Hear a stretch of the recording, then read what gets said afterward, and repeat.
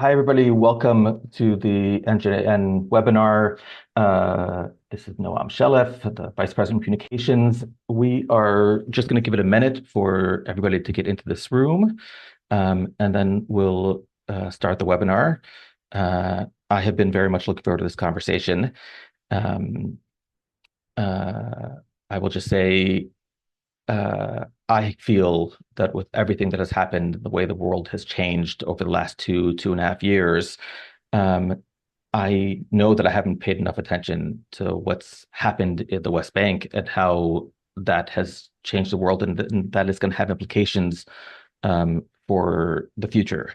And we have been focused on Gaza. We've been focused on Iran, especially the last week or so with development in Iran. And I know from speaking to friends and family in Israel that there's a lot of fear and trepidation that Israelis might end up paying some price for whatever the United States might do with Iran, and that has been the focus of a lot of people.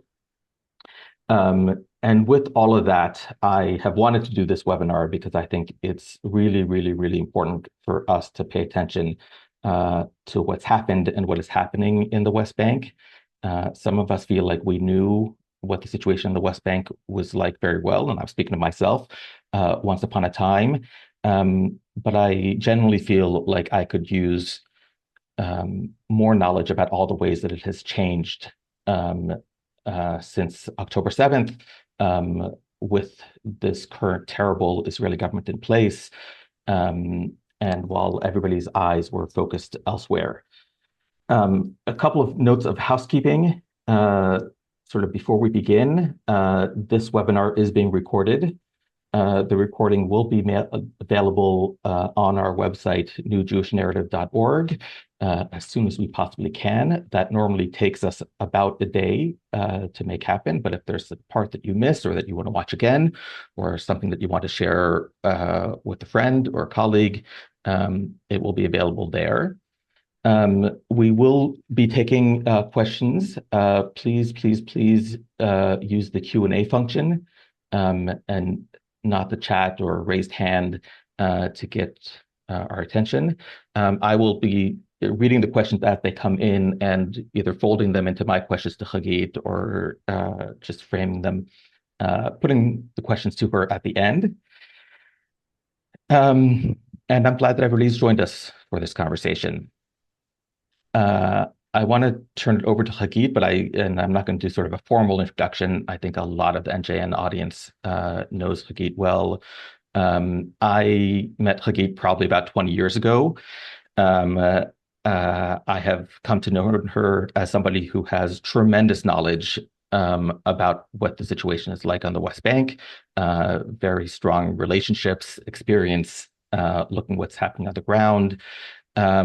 And also somebody who comes at this with deep integrity and very, very strong values that guide what it is that she does. And so, Hagit, thank you for being in this conversation with us, taking the time to bring us up to date. And I think I want to check in quickly with you around the latest news and make sure that you're doing okay, feeling okay. How are you coping with all of the dramatic changes that are before us? Okay. Um, It's, and if you don't want to talk about just I'm sorry, can you hear me? yes, I can hear you now. Do you want me to Okay, ask another because I question? missed No, that's all right. I was just asking um, Hagit with the news about a possible strike in Iran and everything else that's going on, just kind of how you're taking all of that personally, and if just making sure oh that everything's okay. yeah, If well, I'm of those who are trying ignoring, if the news will come, I will hear about it. I don't want to worry. Yeah. Well, maybe that's the right, uh, maybe that's a segue. I sort of feel that way about you, Hagit, that there's something happening in the West Bank that I need to know about. If often, the bad news, but what is happening with, particularly with the settlements. You are somebody who lets me know and lets us know and lets in the media uh, and other political and diplomatic leaders understand what's taking place and giving us warnings. You gave me a warning yesterday. We had a little pre-conversation about something that we absolutely had to cover. But before we go to that, I want to ask you just generally, like, help us zoom out. There are a lot of individual places on the map that I know you want to tell us about and draw our attention to, but talking about larger trends, what's been happening in the West Bank? How do things look different today than they did 2 or 3 years ago? Um, what should we be thinking about? All right. So, 3 years ago, we had an accident in Israel of in the elections. Although the popular vote did not go for this coalition, but we did end up with this coalition of Netanyahu and Smotrich and Ben Gvir, very right wing and very organized. And they managed to make tremendous change on the ground in the West Bank and in East Jerusalem. And of course, the Gaza war contributes a lot to the worsening of the situation. But if you're asking, um, if you came to the West Bank, if you visited the West Bank 3 years ago, what would be different? I think a few things that are different. There are already 180 new outposts in the last um, 3 years. Now, it's more than half of all the outposts at all. And when I'm saying outposts, I mean places where settlers live, a hill that they take. Many of them, or most of them, are in the form of agriculture farms with some herding, but not all of them. Um, the government managed to take official decisions of establishing 68 new settlements all around the West Bank. Those outposts generate a lot of violence. The idea of those outposts is to kick out Palestinians from their lands. Um, they do it systematically, and we see uh, huge areas in the West Bank that are now emptied from Palestinian presence. And this presence is of communities who used to live there, of shepherds that used to uh, be in the land, and land that was cultivated by Palestinians that is no longer cultivated by them. We have, and this I attributed to the war, uh, thousands of blocks, mainly in the form of yellow gate, um, gates that are closing roads and dirt roads that make the movement for Palestinians very hard. Some lands that are less or not at all accessible. And this was done immediately after the 7th of October, and it's still been done. We have a whole different army now than what we had 3 years ago. Um, I think, soldiers that spent time in Gaza and got used to horrible violence and killing, um, that any movement of any sort is immediately reacted with shooting. It's something that they also carry in the West Bank.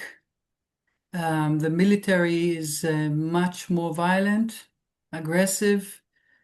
We have two refugee camps in the West Bank that were um, evicted by the army. Tens of thousands of Palestinians kicked out of their homes, and now the military is controlling it over a year already. And also, we have the phenomena of many soldiers that are actually reserved soldiers, reserve duty settlers that the military recruited to be present or to protect the violent settlers, the farms. So we see that systematic uh, expulsion of Palestinians from their lands is done with the military hand in hand, with soldiers that are actually settlers, and that the military sees the farms as part of the security. Um, Also, the police that was never really helpful uh, in stopping settler violence. Now it's not even a joke. It's many times the police is um, not preventing anything and actually accusing the victims.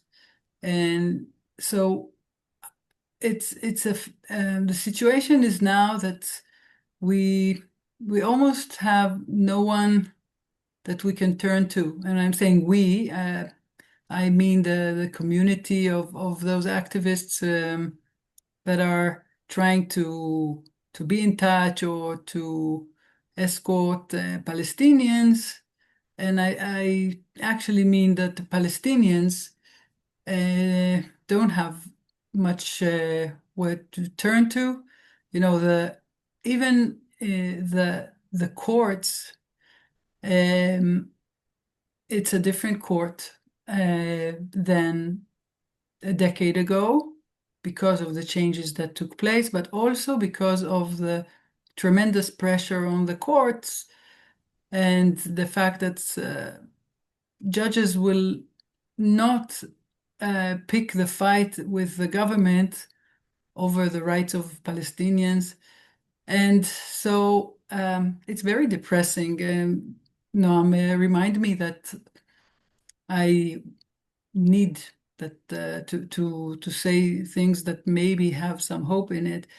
But the situation is very grave. I want to say something about the fact that we don't have a, a address or no one to talk to that can help in the authorities.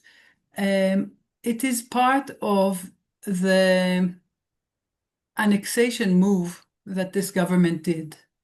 Um, as soon as this government was formed, it was agreed that Minister Smotrich will be Minister of the Settlements. Officially, it's called Minister in the Ministry of Defense. But what he did was to change the way that the West Bank is managed. It's basically directly managed by the government and not through the military, by the civil administration. And like Smotrich likes to say, he changed the DNA of the system, meaning that now there are people that do what the Minister Smotrich is telling them, and he is one of the leaders of the settlement movement.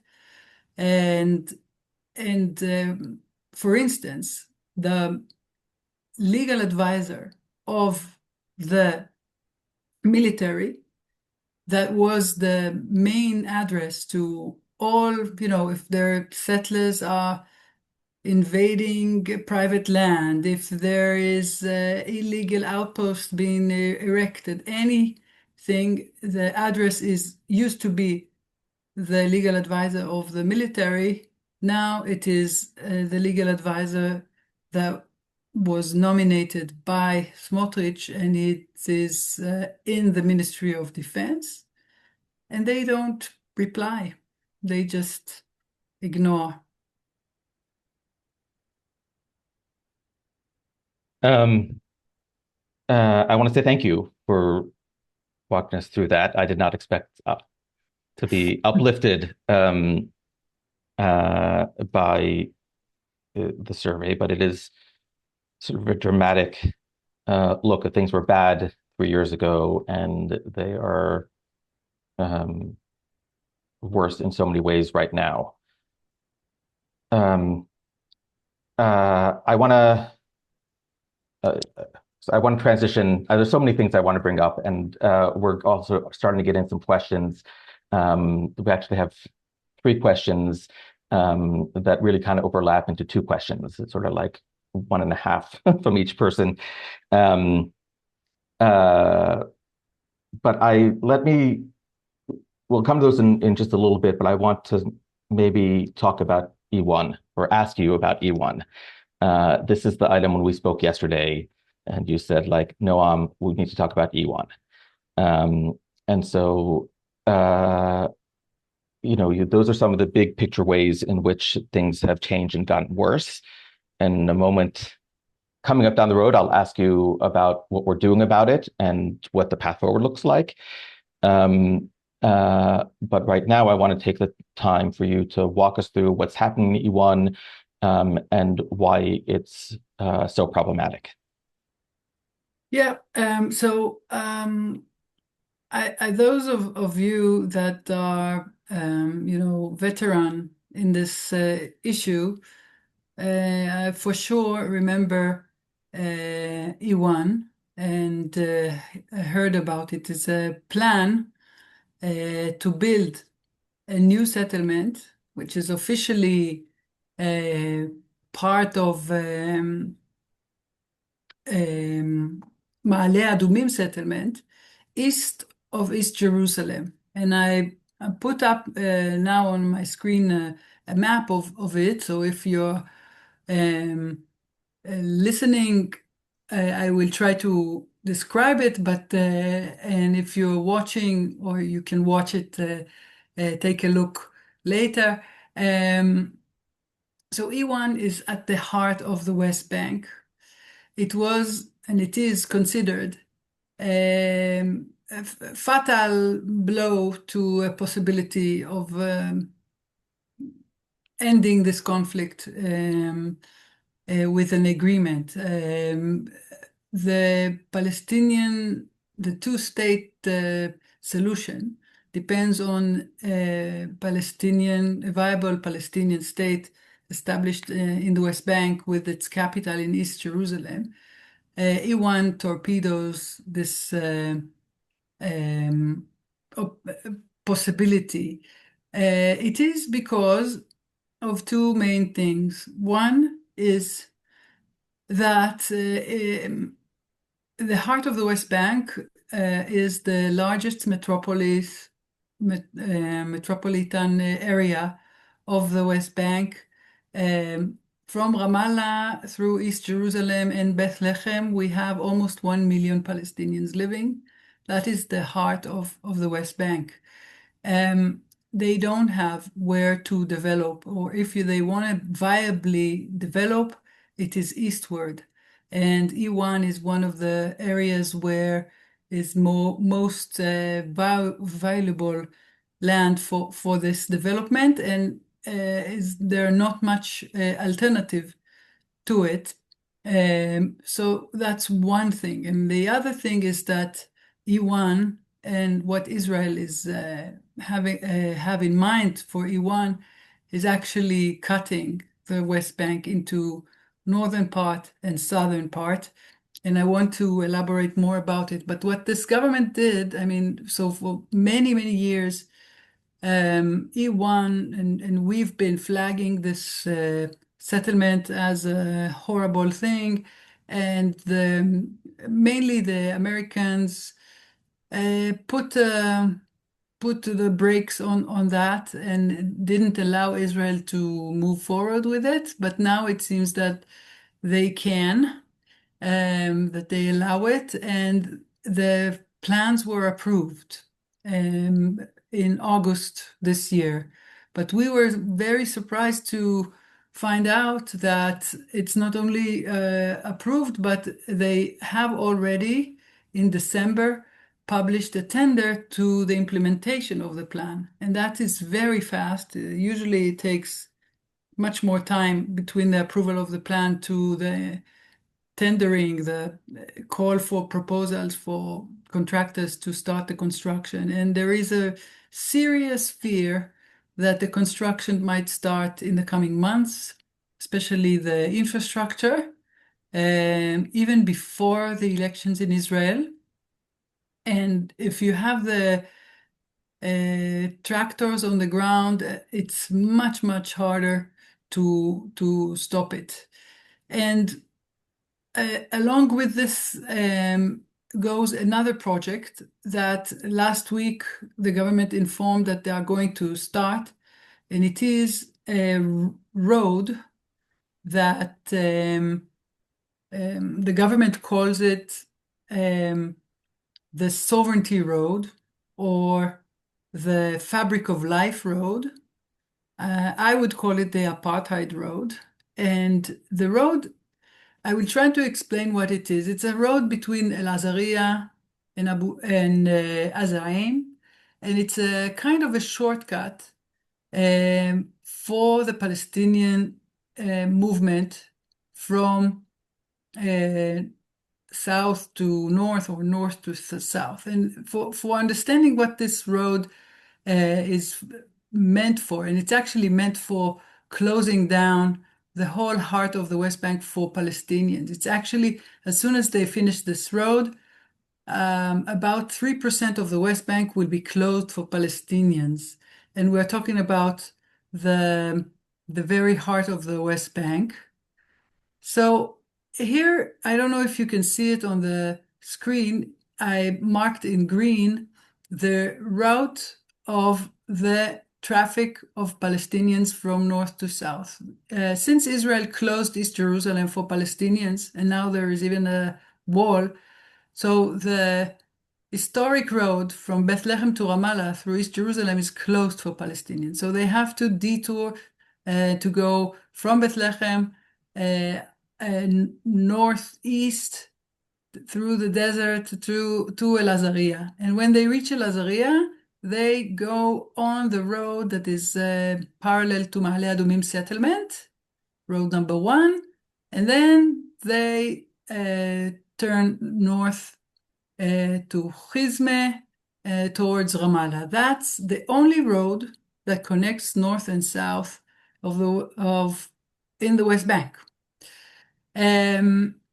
Now, Israel want to build E1, want to expand Ma'ale Adumim, want to take control over this red area marked in this map, and the Palestinians have to pass through it because that's the only road.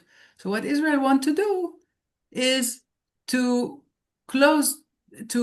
build a road for the Palestinians that will divert the transportation from the heart of the Ma'ale Adumim block to a road that it looks like a shortcut for the Palestinians, and the way that they can travel there without entering the Israeli side, quote unquote, is through a wall that was already built. This is the northern part of this road that was already opened for public. And you see a road with a wall in the middle, so that Palestinian movement is on one side and the Israeli movement is in the other.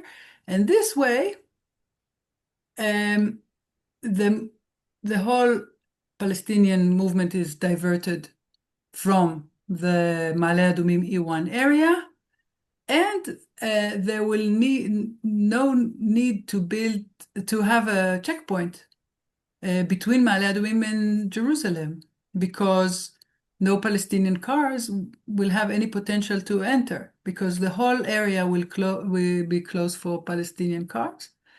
And if there is no checkpoint, there are less traffic jams, so it's much more attractive to move to Ma'ale Adumim. So it's actually enabling the construction of those thousands of units of E1 in Ma'ale Adumim. And all the Palestinian Bedouin communities that are around Ma'ale Adumim, like Khan el Ahmar and others, will have no access by car to their homes.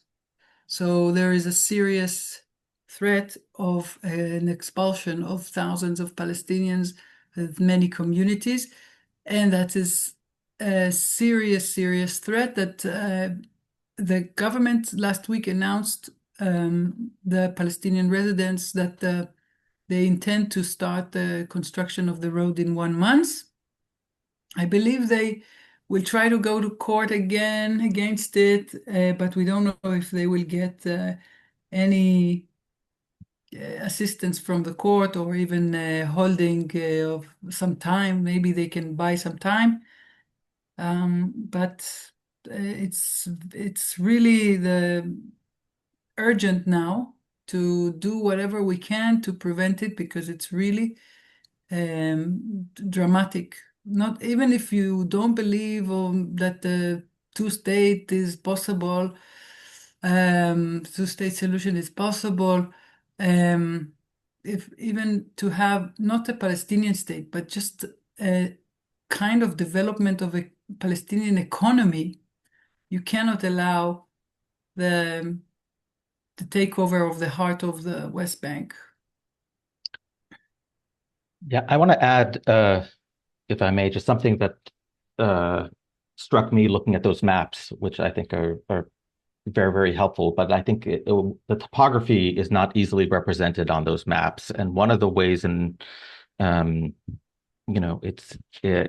map, suggests that in terms of the issue that building E1 would cut off north and south, the West Bank into two. The eye says, well, wait, can't they just go a little bit around and go to the other side of Ma'ale Adumim? And for those who aren't visualizing it, it is a very, very rapid decline topographically from the end of Ma'ale Adumim, the eastern side of it, into the Jordan Valley. And there's no path that would be logical to sort of connect in that way, which of course also, there are the other reasons why it's a problem in terms of what it does to the heart of the West Bank, what it does to contiguity in and around East Jerusalem. But I wanted to flag that, yeah, raise that observation. Yeah, it's also very, very small. All the West Bank is very small. You're taking such a huge amount of land, which maybe in a different context you can say, okay, we can bypass this and still have a viable economy, viable state. In the case of the West Bank, it's just not going to work. Thank you. I want to sort of go from the questions that I prepared in advance and sort of look at some of the questions that have been coming in, and I want to put together a couple of different questions into one, because I think there have been some questions about what is the position of most of this of the Israeli public, or most Israelis, average Israeli, around what's taking place. I would even add that question: how closely are Israelis following what's happening in the West Bank, and are they aware of it? And there have been questions about Israel's leaders, up and coming leaders, who might be more empowered after the next election. Um, is there hope there? Um, and there was, I think I'm going to stick one more question onto this, graph it on, and that is, we talked about. Uh, well, I think we talked about legal annexation, sort of formal annexation, as something that is being talked about. Um, but does that legal formal status matter, given the de facto situation that you're describing? Um, Um, it matters. It doesn't change. In the morning, next morning, the view will look the same, but it has many consequences. I'm not sure I want to go into all of them, but it's going to be harder to undo if you have formal annexation. There are many things the government can do when it's annexed, and as opposed to um, the situation today, although they are very creative in, making way to take over more and more lands, even under this circumstances. So it is significant, but I think it's also very significant the situation today. Um, the the International Court um, already said that what is happening is de facto annexation, or that it's illegal. So it's already very bad. Excuse me.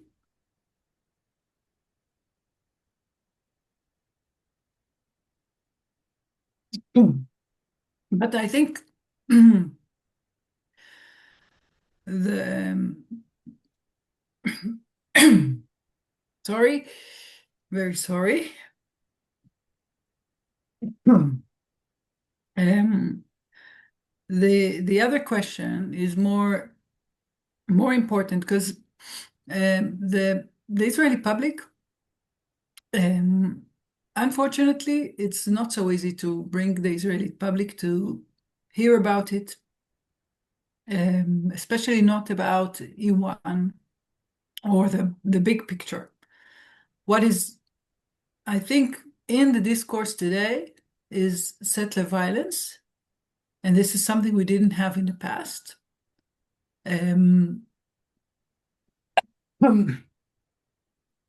and there is many people that usually running away from the issue of the conflict that are now more vocal about settler violence. And I think the sentiment in many of the Israeli mainstream is that this settler violence is not representing them, that this government is not representing them, that, we saw during this war so much of the messianism in this government. They were dancing, they were seeing this period of time as a part of a miracle when we were, grieving, and it's so in that I think the sentiment is really anti-settlers in many places. It's not all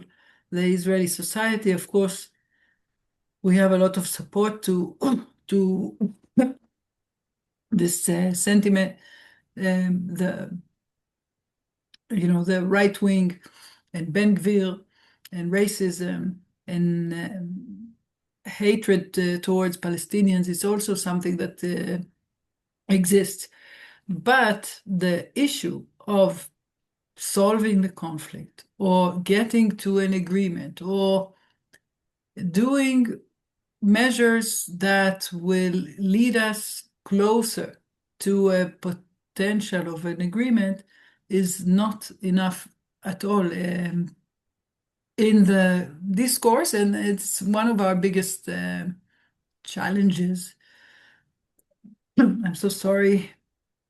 No, I appreciate that, and I'm sort of taking that in. Like on the one hand, you have the the quote unquote mainstream Israeli public is frustrated and unhappy with, to put it mildly, the settlers and settler movement. And at the same time, the public doesn't have faith in a peace process or in a two-state solution at this moment, and so they're not putting their energy into stopping what the settlers are creating on the ground. Is Yeah. that So a fair summary? yeah, it's very good, and yeah, go on. You can tell them what I want to say. No, um, so I'm saying we have a huge challenge.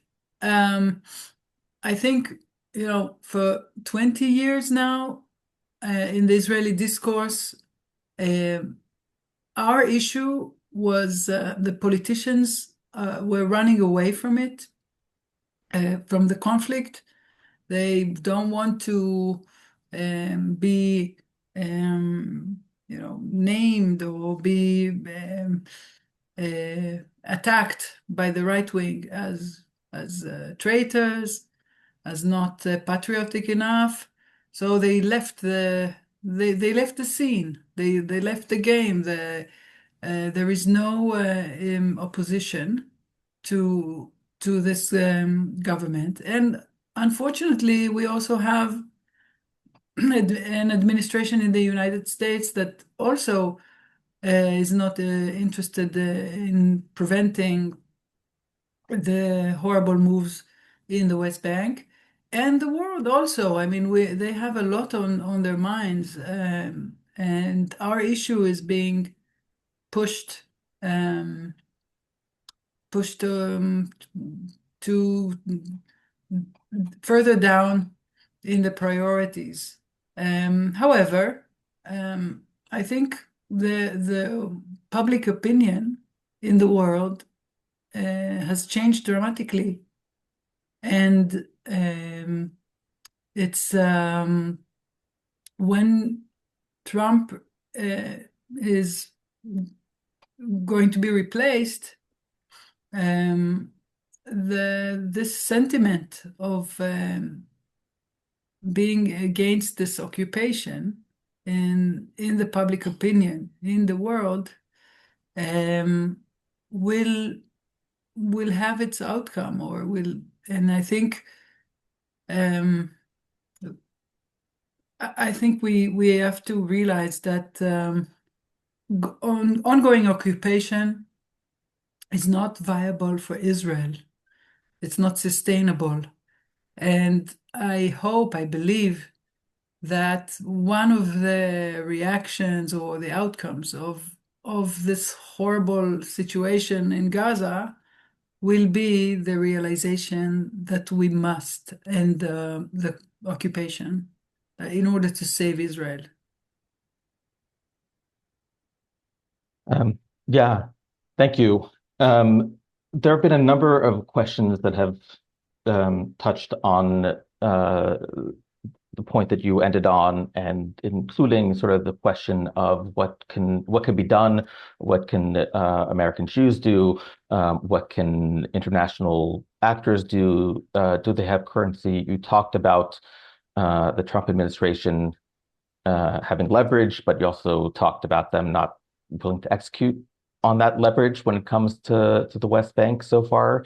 I want to put out there that NJN, I think as everybody on this webinar knows, has been very actively working to get Washington to be focused on this. And I expect to see very, very soon another clear indication that Congress, or at least the Democrats in Congress, uh, are going to come out on the record publicly calling on the administration to be stronger on this matter, and that is the result, among other things, of the mobilization by NJN supporters. But the question I want to put to you, Hagit, is, what would it look like for there to be effective American or other international diplomatic involvement? What would you see differently on the ground? How would we know if it were happening?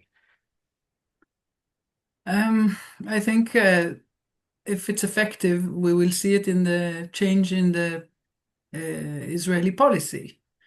Um, and there are so many, I mean, we saw how, well, Trump, has his ways, but even more civilized um, administrations have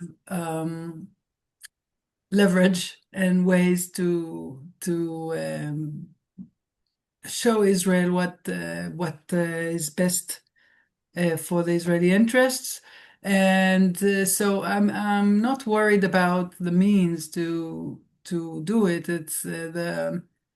It's how to get them to want to do it. I want to mention it's not like I made a map. I want to show you that this government decided to establish um, 68 new settlements. Now, this decision to establish is dramatic because usually we the government, since the Oslo Agreement or beforehand, when Rabin was elected, Israel decided not to establish new settlements. So it was a big taboo not to do it until um, 2022, only 6 new official settlements were established, and now we have already 68.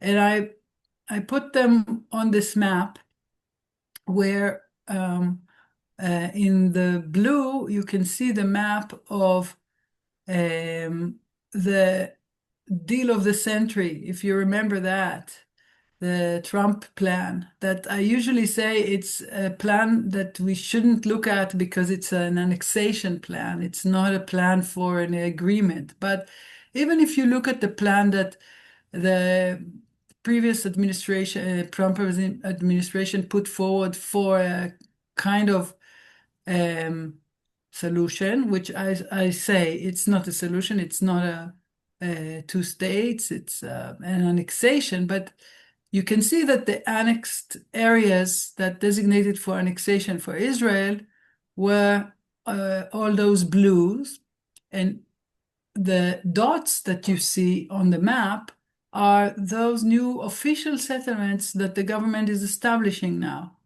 And all those that are in yellow, if you can notice, are not in the Trump plan. So even if this plan was meaning something to anyone, then it's already, I mean, the government of Israel is making fun of it. Okay, so but again, it's only one of our challenges. I think, what we are trying to do in Israel is to, first of all, what we're always doing, not to let go of this issue, to continue to bring it up, to take journalists to see in their own eyes. Only this week we took a bus of people from Aretz to see some of settler violence, E1. We arrange demonstrations, solidarity visits. Tomorrow, there is a big demonstration with many organizations together in the West Bank, in Ras Ain El Uja, where this community, Palestinian community, is being deported in these days. We bring members of Knesset, those that are ready to go and speak out. We encourage them to do it. We take them out, and we are trying to hold the light or to hold the torch so that it won't go away. And hopefully, after the elections in Israel, we will be in a different era and a different government. And hopefully, This time, the government will be more ready than in the past to do to change to some extent the path that Israel is going to. Um, yeah, thank you for that, and thank you for that work. I wanted to make sure that we did mention because I find I take a lot of strength from it. The event that Peace Now is doing tomorrow, sort of bringing people, in a solidarity action into the West Bank against the settler violence. Um, uh, I take strength from that, from knowing that that's happening. I take strength from knowing that you are doing work that you can talk about and work that you need to not talk about because people, but to show the media, to show political leaders what's happening so that they understand it. Because if that information isn't out there, then we don't have a chance of stopping it. Um, which is my segue to ask you again, maybe another personal question, but one I know that you knew was coming, because you told me yesterday that I should ask you about how you keep going, how you stay optimistic, um, show up every day doing this work. The words. It is hard to sort of see. Again, we talked about all the dramatic ways things have changed for the worse in the past 3 years. What keeps you going? Um, what keeps me going is not so hard. It's like almost obvious.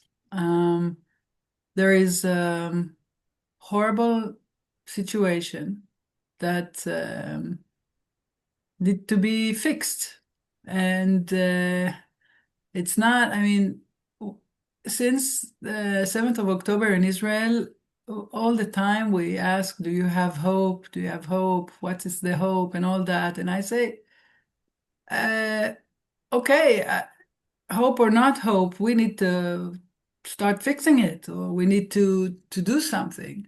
So that's our challenge. And almost to say it doesn't matter if you have hope or not. But psychologically, of course, you need to have hope in order to be able to act. So I mentioned that I see, um, first of all, um, that many in Israel don't support the settlements, don't support the settlers or and they with all what they're doing, with all their attacks on anybody that is against, I mean, their attack, I'm talking about the whole right wing and Netanyahu's system to attack whoever is opposing. Um, with all that, um, they don't have a majority in the. They didn't have it even in a popular vote, and not in the surveys in the polls. So we are not doomed, and really we don't know what will be the long-term outcome. Maybe something that helps me now is that I realize that we are fighting a long fight. That if I always thought, oh, it's about next year, we'll see a change, or so we might not see a change next year, but we need to do the the work um, and think in long term. Um, Thank you for that. And I think you actually answered a lot of the questions that are not all of them, but a number of the questions that were sort of still in my queue here that I'm looking at from the audience. Um, I think you covered. 50 years ago, there were people saying that two-state solution wasn't possible. Um, why still go out there? Well, I think you offered an answer. Um, uh, uh, I want to. I'm trying to think, sort of figure out how I can put some of these questions together, so that we have time for as many of them as possible. Um, I think I want to build off of where you kind of wrapped up, and that, maybe it'll take more than a year to deal with the problem, to fix the problem. But within the next year, we're also going to have elections in Israel.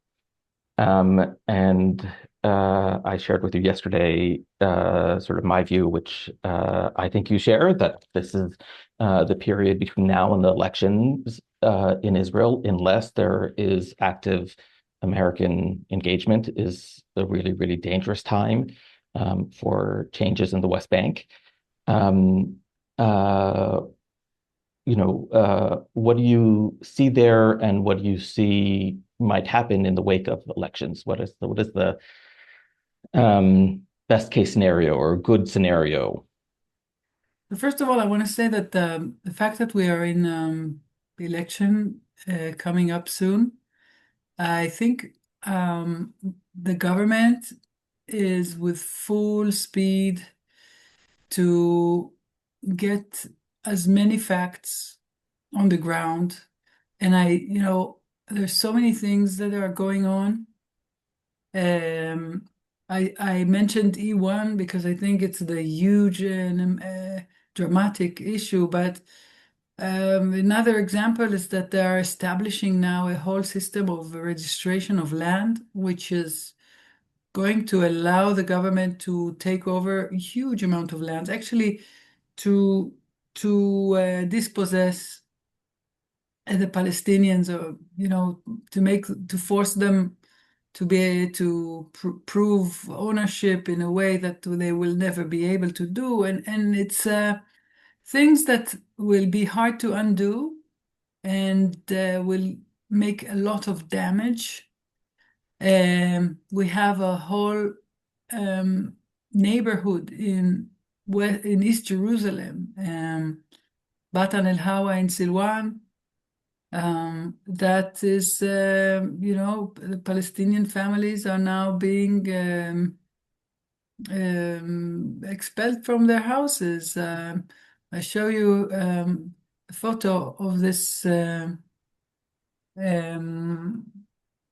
neighborhood. You see all the houses that are marked in blue are already taken by settlers. And The for folks who ones don't that, know, this is just south of the old city, very, very right. much in that holy basin. Yeah, it's 300 meters from Al-Aqsa Mosque. Um, you have the all the reds are already got a final verdict in the Supreme Court to be evicted for settlers, and all the yellows are still in courts. We have just a few meters from this neighborhood, we have Al Bustan neighborhood, which is um, um, under threat of being demolished. Already 37 houses were demolished during the last 2 years. Um, uh, People are losing their houses and their livelihood. It is very hard time, and the government is, taking advantage of any minute to to create those facts on the ground. Um, I have, we don't know what will happen, but my feeling is that this government will not be re-elected, that we will have a different government.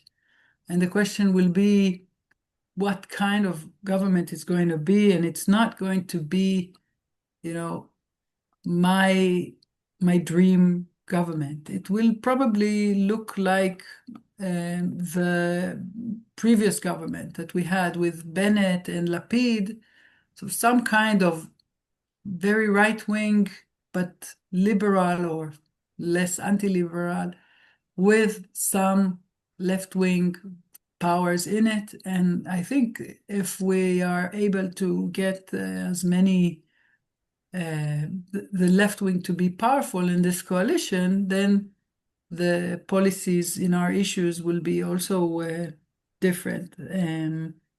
But I really believe, and we see it in the polls all the time, and we see it in the streets, that this government is really has no majority.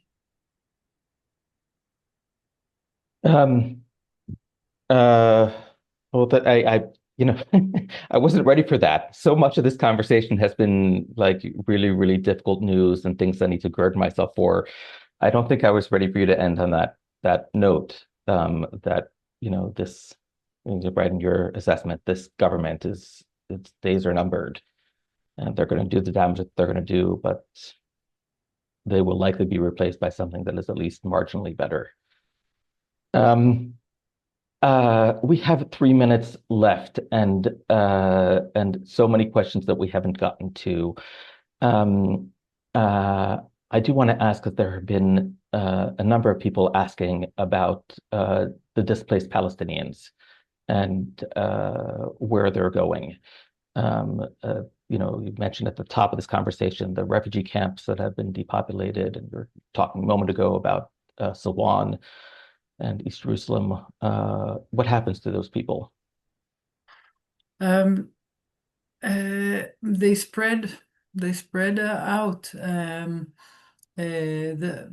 As much as I heard from the refugee camps um, they went to relatives, they rented in other places, some got to some refuge or from schools that became housing for them, and it's very hard for them to find alternative housing. The people in Silwan, in Batan el Hawa that I know, um,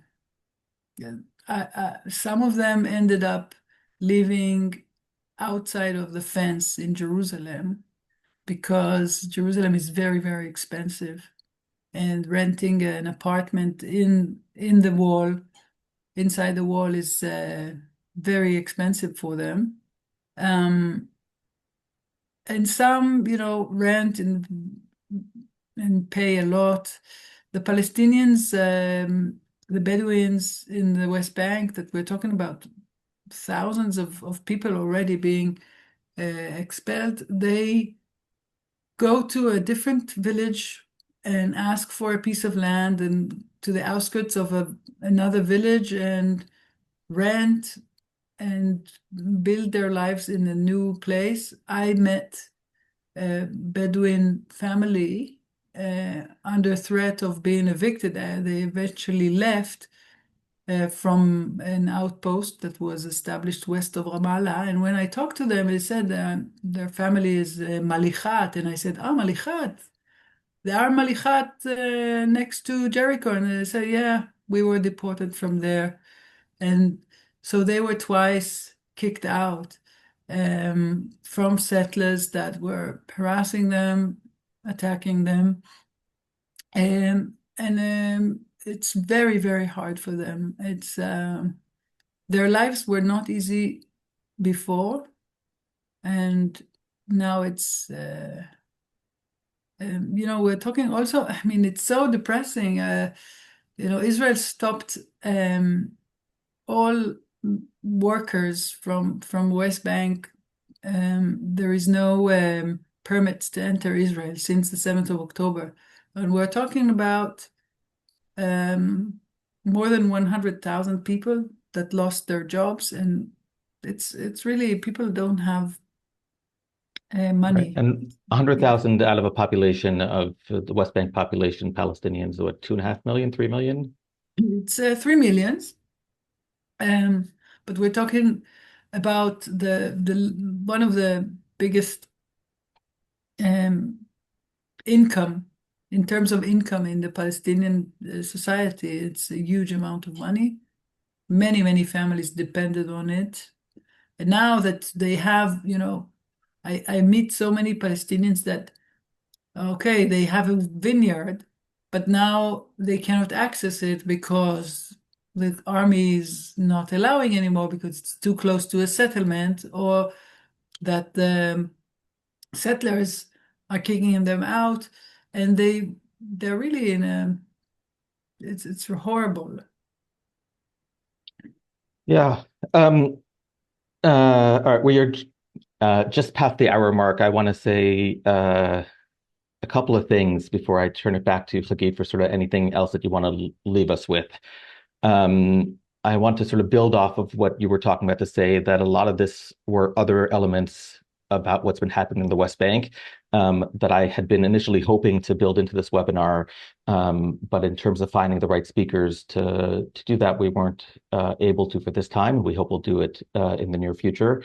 But I think these items that we just touched upon very briefly in terms of the reality of life for Palestinians in the West Bank, freedom of movement, jobs and economy. Again, things were not necessarily good 3 years ago, and things are worse in very dramatic ways now. And I think that is part of fueling the Overton window about what is possible in terms of diplomatic and political solutions. Um, and so it is something that we need to pay attention to alongside what has happened with the settlements. Um, I want to thank everybody who joined us. I want to thank everybody who's been taking action to get Washington to be a more constructive player here. And we are making there are signs that give me hope that we are making an impact, even though it has been far from sufficient. Um, uh, Hagit, thank you.